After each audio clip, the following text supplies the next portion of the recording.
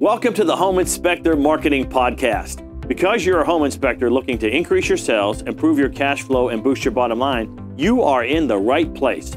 For additional training resources on how you can grow your home inspection business, go to microreturns.com right now. And now, here's the podcast. Hi, this is Mike Crow, and I run a home inspection business. In fact, I've run a couple of home inspection businesses. The true joy for me, though, has been helping literally thousands of home inspectors build really solid home inspection businesses as well.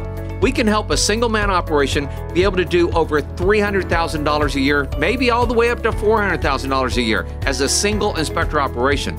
Even better for me is the 80-plus companies that we have helped be able to build million-dollar home inspection businesses.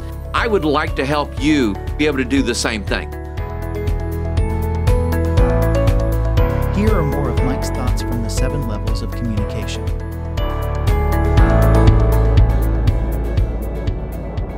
I try as much as I can not to watch the news or anything. Just got my newest car.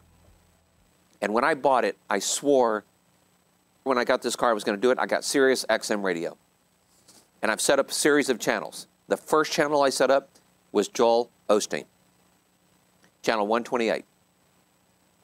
And when I get in the car with Susan and we drive from her mom's house to go home and everything, that's the channel we listen to. Because I want her to hear that message. And it's such a faith-driven and such a powerful, positive message, even in the middle of a storm, okay? And then I have 60s, 70s, and 80s, and then I have a love radio station, and then I have a mixed radio station type things, but there are no news channels on my Sirius XM, okay?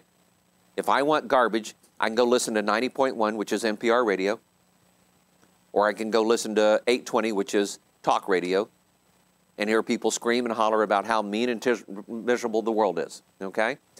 And I'm going to tell you, I've been in politics just enough to know that I could spit into the ocean and nobody would know. And Jonathan was there with me. We sat up until like 1 a.m. in the morning, right? To speak to a committee about something, about licensing and home inspectors, and it meant nothing. It meant nothing. And then we drove 3 hours home. What I realized was, had I spent that whole day or week that I'd spent preparing for that whole day on my business, I could have made a lot more change. Okay? David Sherwood, you know David Sherwood, right? Love that guy. He spent most of his life trying to help people that would not listen. Okay? David called me and sent me a note the other day and said, I just want to tell you thank you. By the way, David had hit like 700, 800,000 year after year. And once he came into our system, he hit 1 million, then hit 1.3. He called me last year. He said, I just want to tell you thank you. We hit 2 million this last year. And it's because I realized I was focusing on the wrong stuff, and now I'm focusing on what matters. I'm focusing on changing people's lives that care about what we do, okay? And so there's that. And so anyway, he started talking about your knowledge, your relationships, your family, your love for others, your health, your faith, your happiness, okay? Those are what's important, okay? You can't control the national or global economy, but you have total control over your personal economy, okay? The things that are important. And he said, I started doing the math of what a business based on referrals, introductions, and connections could look like. And I know I told you there would be no math, and the crowd laughed. And I'm on page 25 in the middle of it. And he said, let's say you have 150 people in your database. Raise your hand if you have 150 people in your database. And everybody raised their hand, okay? How about you guys? You have 150 people in your database? Yeah. Yeah, okay? This is going to be cool. And then he said the National Association of Realtors estimates that the average person moves 1 out of every 5 years. And by the way, in some areas it's 7, 8 years. And I mean, what's the national average now? Probably 7 now, okay? Used to be 3, by the way, okay? But then there's people like me. I've lived in my house 30 years, okay? So I'm raising the average, you know? And I get calls every month going, are you selling? No, okay? So that means 1/5 or 20% of your database, or 30 people out of the 150 are moving every year. Think about that. 30 people. Now, for a real estate agent, 30 transactions is a hell of a lot of transactions, isn't it, Kevin? It'll make you 6 figures, okay? Now, this is where it gets really interesting. Now, I've gone to the page of top 26, and if you're looking in the notebook, it starts out with, but where it really gets interesting, okay? Everybody on that page? Because this is where I really want to make sure you get this. Are you there, Leo? Yes. Okay. But where it really gets interesting, Jay went on, and is with the folks that the people in your database know. The average wedding has about 250 people invited to it. By the way, you know where that number came from? Joe Girard. This book is basically built off of Joe Girard's book, okay, How to Sell Anything to Anybody. And if you haven't read that book, I think we have some back there. Let me know, I'll give you a copy of it. If you haven't read that book, it's like basics of marketing, but Joe built it off of cold calling, okay? So there's that problem there.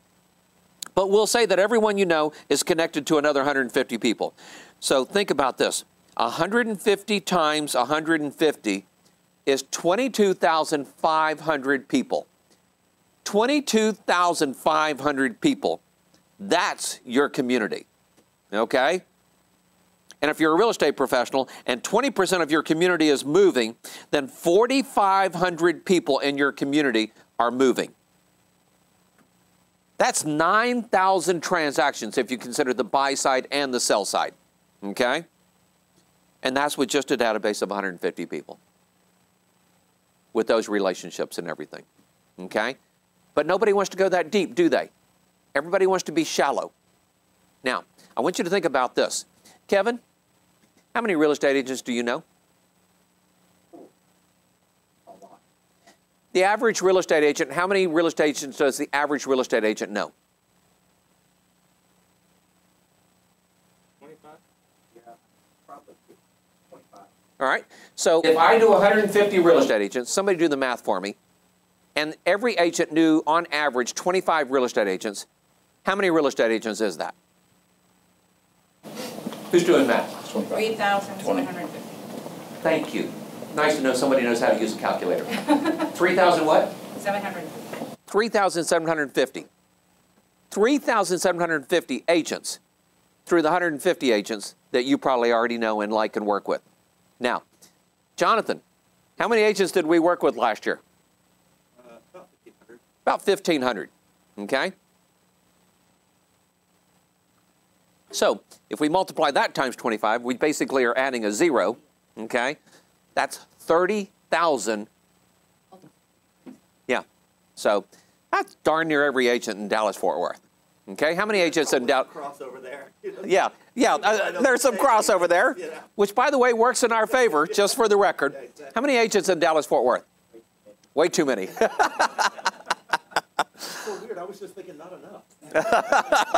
By the way, the average agent, now this is an average, so 0 to 600, average agent sells 3 houses a year. Right. So do that math times 3, and that's how many transactions happen. On the next page here, he says, so I'm here to tell you that out of 350 people, this lady gave this testimonial, 350 people I hand wrote notes to, 77 responded, okay? And then it goes from there. After a little conversation, Rick found out that everybody that was at this meeting had met her at that restaurant, and so she'd invite him to this meeting. Moving on to page 28. And so, Leo, here's one of the things you might do is just number the top of the pages, okay? And by me giving you the pages number, you'll know if I'm skipping pages to get to you, because some of these pages I have no writing on, and so we didn't give you copies of those pages because I didn't have anything written on them. So I didn't give you a whole copy of the whole book there. And then on the middle of the next page, 35, I love this. They have what they call Go Deep Day. Okay? When you get an outstanding story about the power of going deep with relationships, give yourself an action item to put together a Go Deep Day for one of your ambassadors within the next 60 days. And believe me, it'll be worth every penny. So somebody that refers you, our top 25 agents, what would it take if we went go deep 1 day a week, okay? And we started trying to learn as much as we could about our top 25 agents, okay? Because they're our ambassadors. Now, he calls them ambassadors, okay? Stan, what do I call them? Mavens, absolutely. Mavens, okay? And I got that from a coach. He almost mentioned it kind of in passing, and I just went, I like that, and pulled it off the shelf and plugged it in, because one of the reasons I plugged it in is because it's unique, okay? And how many other times do you hear people use the word mavens? Hardly at all, okay? And that's one of the reasons I chose it. You hear ambassadors and champions and prospects and all this other stuff all the time, okay? And then at the bottom of page 35, he said, imagine a staircase. The only way to climb each step is to go through this process. Learn, implement, fail, and evaluate. And I want to point this out to you. learn, implement, are you ready for this? Fail, and then move forward. This is the failure zone. This is the part nobody gets. The 4% is not the success zone.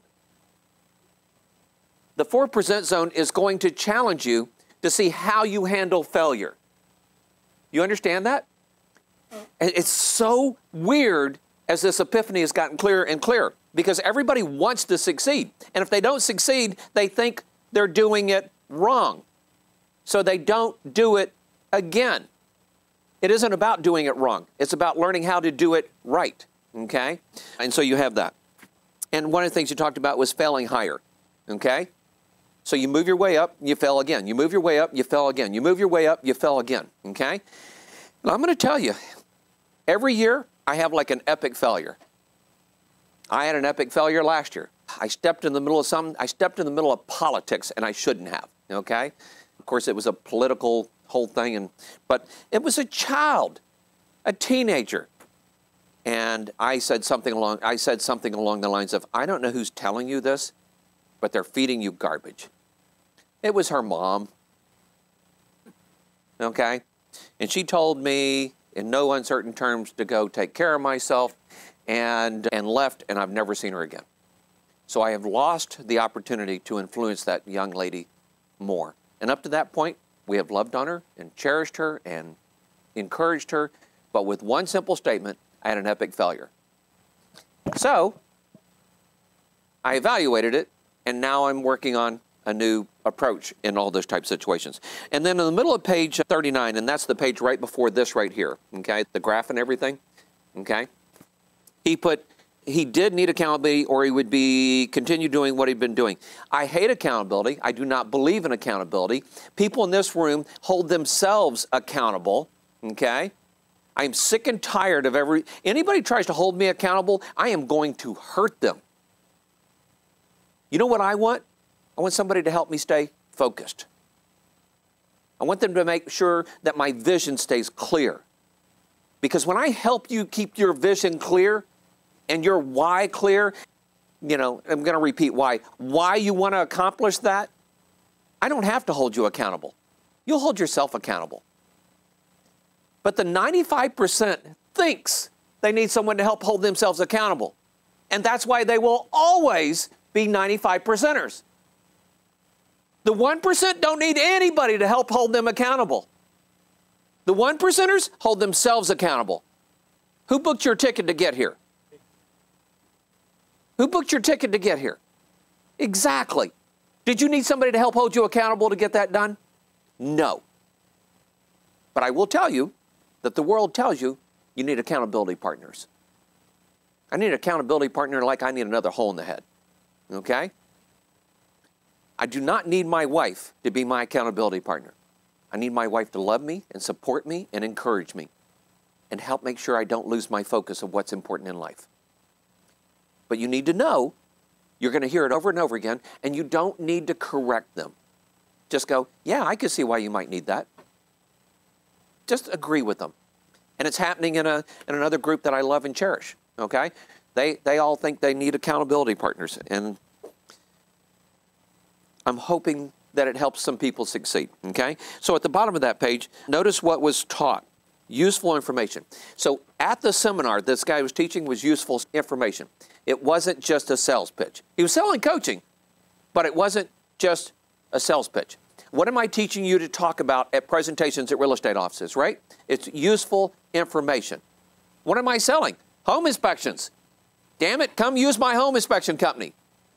But you don't get up there and see me sell my home inspection company. You see me go in and give useful information. And then he has these 7 levels of communication. And I want to go to the last page of this, right before it says page 3 there, in chapter 3. And I just want you to see at the top point is the influential zone, and at the bottom is the information zone.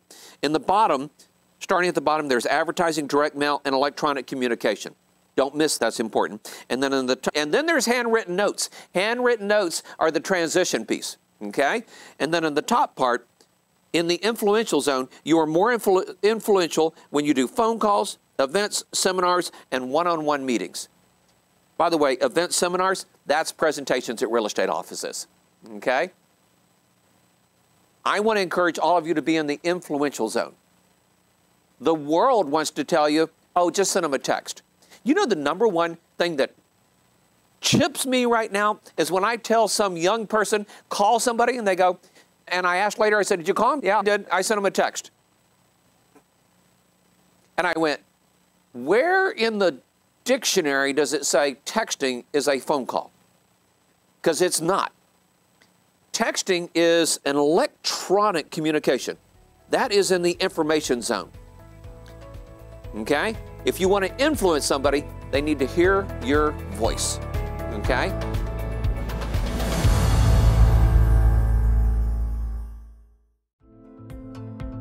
We hope you enjoyed the podcast, and as a friendly reminder, if you're looking to increase your sales, improve your cash flow, and boost your bottom line as a home inspector, go to microreturns.com right now.